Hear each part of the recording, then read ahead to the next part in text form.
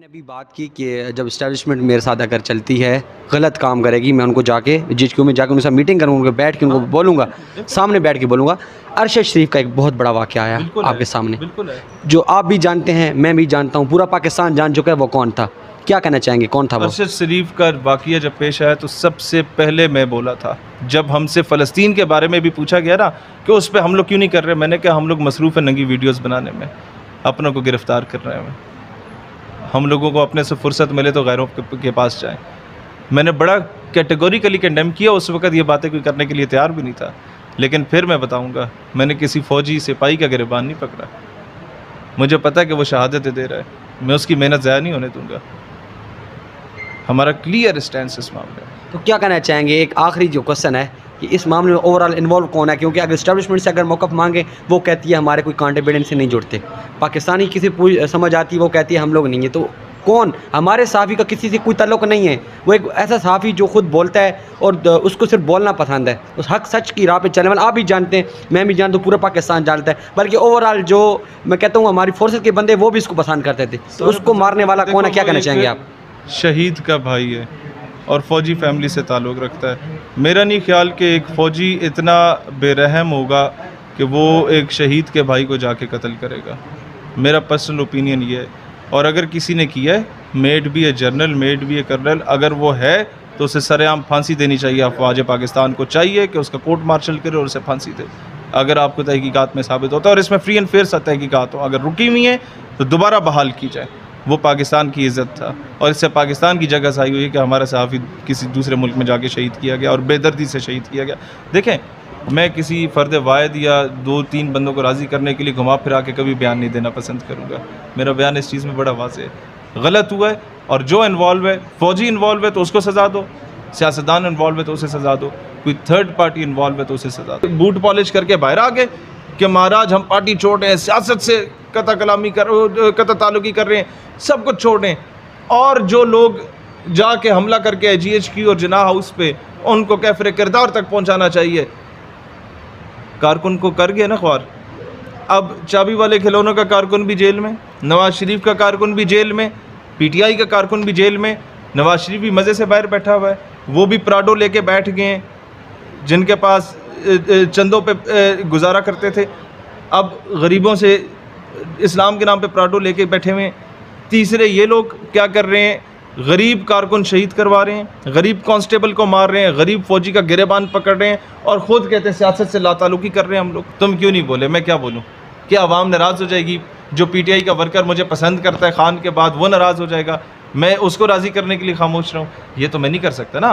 PTI का worker घास नहीं खाता, जाहिल नहीं है, उसे भी पता है कि यार उसकी क़यादत जहाँ अच्छा काम करी है वहाँ उसने ये वाला स्टेप, बड़ा घटिया स्टेप किया कि पहले कारकुन को आगे किया और बाद में कहा हमारा कारकुन ही नहीं है। मुझे बताएं ना, वो फिर गरीब का बच्चा क्या करे, जिसको आप उकसाते रहे पिछले 1 साल से। जो 99% लोग कर रहे हैं, हम उनके साथ खड़े होंगे। जहाँ कोई हमें लगेगा कि पॉलिसी गलत है, बजाय इसके कि आवाम में फ़ौजी का गिरबान पकड़ें एक सिपाही का, हम सीधा GHQ में जाके उससे मिल के कहेंगे जनाब ये पॉलिसी मुझे लग रहा है कि मेरी रियासत के लिए गलत है, आप मुझे कन्विंस करें, either you convince me, either I will convince you. ये है एक स्टेट्समैन स्पिरिट। अस्सलाम वालेकुम पाकिस्तान, मैं हूं आपको असनिगार ख़ान। आज मैं जिस शख्सियत के साथ मौजूद हूं, जानी मानी शख्सियत है, इसको आप अक्सर और बेशतर बल्कि ज़्यादातर आजकल नौजवानों के हवाले से अगर बात करें तो बहुत सारे इक़दामात है हमारे नौजवानों को एक सही सिमत में लाने, उनको मोटिवेट करने में बहुत बड़ा हाथ है। शहीर सियालवी साहब मेरे साथ मौजूद हैं, इनसे गुफ्तगू करेंगे, इनसे अपनी पार्टी का नज़रिया भी पूछेंगे जो उन्होंने हाल ही में अपनी पार्टी एक बनाई है पाकिस्तान नज़रियाती पार्टी के नाम से, इससे उसके हवाले से भी गुफ्तगू करें, उनका नज़रिया भी पूछेंगे और कुछ गिने चुने क्वेश्चन जो मेरे माइंड में इस वक्त घूम रहे हैं वो भी इनसे करेंगे। वो एक सीक्रेट है बट इंशाल्लाह वीडियो में आपको नजर आएगा। अस्सलाम वालेकुम सर। वालेकुम सलाम व रहमतुल्लाह। शहीर साहब, सबसे पहले ये बताइएगा कैसे हैं आप, मिजाज आपके कैसे हैं? बेहतर हैं? अल्लाह का बहुत करम, आपकी दुआ बहुत। शहीर साहब, सबसे पहले ये जो आपने एक पार्टी बनाई है पाकिस्तान नज़रियाती पार्टी, ये किस नज़रिए की बुनियाद पर आपने इसका नाम रखा और जो आपका एक सिनेरियो जो नज़रिया है वो क्या है? आप क्या बेसिकली क्या चाहते हैं पाकिस्तान में, किस तरह की सियासत या किस तरह की चीज़ डेवलप करना चाहते हैं? हमारा नज़रिया पाकिस्तान है, उसकी इम्प्लीमेंटेशन है। जिस बुनियाद पे पाकिस्तान बना उसको प्रैक्टिकली इम्प्लीमेंट करना, यकसा तालीमी निज़ाम लाना, अच्छी मदारिस पॉलिसी लाना, अच्छी यूनिवर्सिटीज़ का निज़ाम लाना, यूनिवर्सिटीज़ में यूनिफॉर्म कल्चर लाना, साइंस एंड टेक्नोलॉजी में तरक्की करना, पाकिस्तान को कर्ज़ों से निजात दिलाना ताकि ये अपने फ़ैसले ख़ुद कर सके, किसी से डिक्टेशन ना ले, इसकी बेटियां ना फ़रोख्त की जाएँ, एम एल कांसी को ना फ़रोख्त किया जाए, रेमन डेविस या कर्नल जोसेफ आके हमारे बच्चों को कत्ल करके बाइज़्ज़त बरी ना हो जाया करें। एक आज़ाद और ख़ुद मुख्तार ख़ारजा पॉलिसी हो जिस मुल्क की, ये हमारा मंशूर है। क्या समझते हैं बहुत सारे क्वेश्चन होते हैं जो लोगों के जहन में, लोग कहते हैं अगर आप बात करें पाकिस्तान की, स्पेशली कोई पाकिस्तान में नया काम जब किया जाता है या एक नौजवान जो होता है वो सामने आता है, किसी भी मैदान में हो, अगर सामने आता है उस पर कमेंट्स किए जाते हैं, चाहे वो किस लेवल पे भी आए, चाहे वो सियासत हो या मौसीकी हो या ड्रामे हो, किसी लेवल पे भी एक नौजवान आगे उभरता है, नया सितारा, उस पर कमेंट्स नेगेटिविटी बहुत फैलाई जाती है कि ये नौजवान आया है इस वजह से आया। ये इसी तरह से सुनने में आता है कि जो शहीर सियालवी है ये एक स्पेशल पत्ता है जो लॉन्च किया गया। आप समझ रहे होंगे एक एस्टेब्लिशमेंट का एक पत्ता है। मैं साफ कहूँगा आपके सामने कि मैंने जो सुनी है वो ये बातें सुनी है कि एस्टेब्लिशमेंट का एक पत्ता है जो फेंका गया है। बंदों ने बात की है ज़्यादातर जो आजकल वीडियोस में देखा जाता है, नामी ग्रामी सहाफ़ी ये बात करते हुए नज़र, ब्लॉगर्स बात करते हैं कि शहीर सियालवी एक जो है ना एस्टेब्लिशमेंट का लाया हुआ लॉन्च किया हुआ एक नया आर्टिकल है, तो उस पर क्या कहना चाहेंगे आप? अगर तो यह बात पीपल्स पार्टी के किसी बंदे ने की है तो उनसे पूछें कि जनरल अयूब और जनरल याहिया के बूट पॉलिश करके कौन वज़ीर आज़म बना था। अगर ये बात नवाज़ शरीफ की पार्टी ने की है तो उनसे पूछें कि जनरल ज़ियाउल हक़ को अबू जी बोल के कौन वज़ीर आज़म बना था। अगर ये बात मेरे पीटीआई के, क्योंकि पीटीआई के जो वर्कर्स हैं मुझे वो बड़े अजीज़ हैं, उनमें से किसी ने की है तो उनसे पूछे जनरल पाशा साहब के बूट पॉलिश करके कौन वज़ीर आज़म बना था। अगर वो इसका जवाब दे दे तो फिर हम भी जवाब दे देंगे। सवाल बनता तब है जब आप ये देखें कि बंदा अचानक लॉन्च हो गया। मैं तब आया हूँ पॉलिटिक्स में, स्टूडेंट पॉलिटिक्स में, जब मेरी दाढ़ी मूंछ नहीं थी। मैं 16 साल का था और मेरे 12 साल की स्ट्रगल इंटरनेट पे हर एक साल के एक दिन की मौजूद है। सर जो स्पेशल आपका जो फेस वायरल हुआ है वो कुछ ही दिनों में, आप ही समझते हैं, जो स्पेशली आपको वायरल किया गया वो कुछ ही दिनों में आपको नज़र आए हैं जो उभरते हुए सितारे के तौर पे, तो इस पे क्या कहना चाहेंगे आप? मैंने तो उस वक़्त भी 2012 में अमेरिकन एम्बेसी बंद करवा दी थी बाहर से, और हम लोगों के धरने के बाद यूनाइटेड नेशंस में उस वक्त के सदर मुमलिकत ने नामूस रिसालत पे बात की थी 2012 में, जब मैं 16 साल का था या 17 साल का था। हम तो तब से लोगों के सामने थे। सोशल मीडिया पे टिकटॉक बाद में आई जहाँ हम वायरल हो गए, या फेसबुक पे आवाम ज़्यादा जो है वो 2015-16 के बाद ज़्यादा आ गई, यूट्यूब पे 2017-18 के बाद ज़रा ज़्यादा ऑडियंस आ गई तो हम लोग वायरल हो गए। इससे पहले पब्लिक में तो हम थे, यूनिवर्सिटीज़ कॉलेजेस में पहले थे। अब वायरल इसलिए हुए क्योंकि अब सियासत में आ गए, तो अब पहले यूनिवर्सिटी कॉलेज का बच्चा नौजवान हमें फॉलो करता था, अब बूढ़ा बुज़ुर्ग जवान मर्द व ज़न हर बंदा फॉलो करने लग गया। तो क्या समझते हैं आप, जो आपकी पार्टी है इसको आपने स्टेबल करने में आपको टाइम लगेगा? 12 साल मैं समझता हूँ बहुत कम अरसा है। अगर उसकी बात करें, इमरान खान साहब की अभी आपने बात की है, मैं बात करूँ तो इमरान खान की जो खुद की जो है ना साइकी, वो खुद कहते हैं कि मेरी 22 से 25 साल की मेहनत है, बिल्कुल सामने है। क्रिकेट के दौर से अलविदा कहने के बाद आज तक उन्होंने एक स्ट्रगल की है। आप कह रहे हैं बिल्कुल आपकी मोहब्बत भी है इमरान खान के साथ, आपकी बिल्कुल कारकुनान के साथ, बिल्कुल जिसके साथ भी है, मतलब एक पार्टी है ना तहरीक इंसाफ। तो ओवरऑल अगर बात करें तो Shaheer Sialvi round about next 10 years में अपने आप को कहाँ पे देख रहे हैं? मैं अपनी पार्टी को कहाँ पे देख रहे हैं? 10 साल तक हम जिंदा भी रहेंगे या नहीं रहेंगे? स्ट्रगल ओवरऑल अगर स्ट्रगल करें उसके बाद, हम जैसे लोग तो अमूमन हादसात में मार दिए जाते हैं, लेकिन वो नज़रिए के लिए सैकड़ों या हज़ारों अपने जैसे पैदा कर जाते हैं। बात ये है कि खान साहब का जब आगाज़ हुआ था उस दौर में मोबाइल नहीं था, सोशल मीडिया नहीं था। हम खुश नसीब है, हम सोशल मीडिया के दौर में पैदा हुए हैं, और जो पैगाम उनका 20 सालों में पहुंचता था हमारा 20 दिन में पहुंच रहा है, तो हमें इतना टाइम नहीं लगेगा इंशाल्लाह। तो आने वाले अगर मुतवक्के इलेक्शन में क्या समझ रहे हैं आप अपने आप को?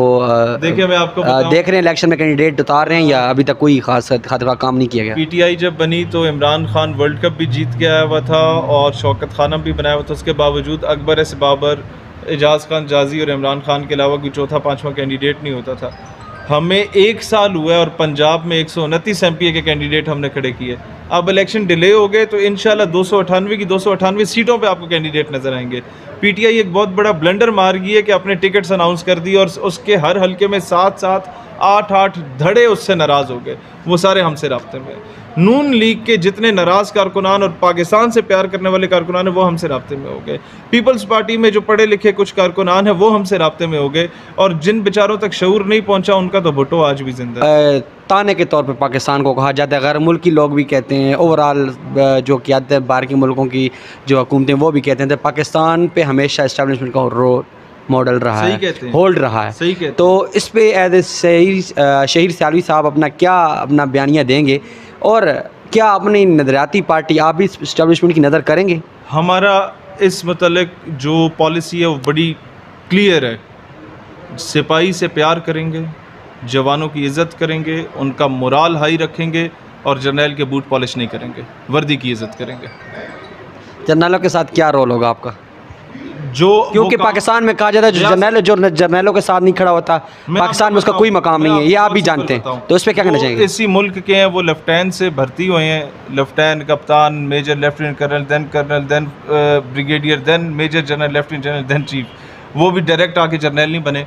जहाँ वो रियासत पाकिस्तान के लिए अच्छा काम कर रहे हैं, जो 99% लोग कर रहे हैं, हम उनके साथ खड़े होंगे। जहाँ कोई हमें लगेगा कि पॉलिसी गलत है, बजाय इसके कि आवाम में फ़ौजी का गिरबान पकड़ें एक सिपाही का, हम सीधा GHQ में जाके उससे मिल के कहेंगे जनाब ये पॉलिसी मुझे लग रहा है कि मेरी रियासत के लिए गलत है, आप मुझे कन्विंस करें, either you convince me, either I will convince you. ये है एक स्टेट्समैन स्पिरिट। तो क्या तरीका कार है बात करने का, बजाय इसके कि बाहर फौजी को जाके जो 18-20 हज़ार कमा रहा है उसको जाके शहीद करूं। मुझे बताएं मियाँ वाली के ना, आप मियाँ वाली के हर घर में एक फ़ौजी बैठा हुआ है। मुझे पता है मियाँ वाली, अटक, चकवाल, जेलम के लोगों ने सबसे ज़्यादा शहादतें दी हैं। आपके तो हर कब्रिस्तान में 16-17 पाकिस्तान के झंडे लगे हुए हैं। उनका क्या कसूर है जब आप उसकी तस्वीरों को जाके जला रहे हैं, जब आप उसी मियाँ वाली की MM आलम बेस के जाके जहाज़ को जला रहे हैं, जिसको आज तक इंडिया कुछ नहीं कर सका। वो शहीदों का क्या गुजरेगा? आप आएँ मेरे घर, यहाँ चलें, आपको राइट पे भी शहीद का घर नज़र आएगा, लेफ्ट पे भी शहीद का घर नज़र आएगा। वो रोज़ाना मुझसे पूछे शहीद हर जगह पे तुम स्टैंड लेते हो, इसराइल का कोई यहूदी एजेंट आ जाता है उसका झंडा तुम फाड़ के आ जाते हो, बाकी सारे काम करते हो। अव्वल खेश बात दरवेश, हमारे जो शहीद हैं उनके कोलीग्स की तस्वीरें फाड़ी गई हैं, तुम क्यों नहीं बोले? मैं क्या बोलूँ? क्या आवाम नाराज़ हो जाएगी? जो PTI का वर्कर मुझे पसंद करता है खान के बाद, वो नाराज़ हो जाएगा, मैं उसको राज़ी करने के लिए खामोश रहूँ? ये तो मैं नहीं कर सकता ना। PTI का वर्कर घास नहीं खाता, जाहिल नहीं है, उसे भी पता है कि यार उसकी क़यादत जहाँ अच्छा काम करी है वहाँ उसने ये वाला स्टेप, बड़ा घटिया स्टेप किया कि पहले कारकुन को आगे किया और बाद में कहा हमारा कारकुन ही नहीं है। मुझे बताएं ना, वो फिर गरीब का बच्चा क्या करे जिसको आप उकसाते रहे पिछले 1 साल से। आपने अभी बात की कि जब इस्टेब्लिशमेंट मेरे साथ अगर चलती है, गलत काम करेगी, मैं उनको जाके GHQ में जाकर उनके साथ मीटिंग करूँगा, बैठ के उनको बोलूँगा, सामने बैठ के बोलूँगा।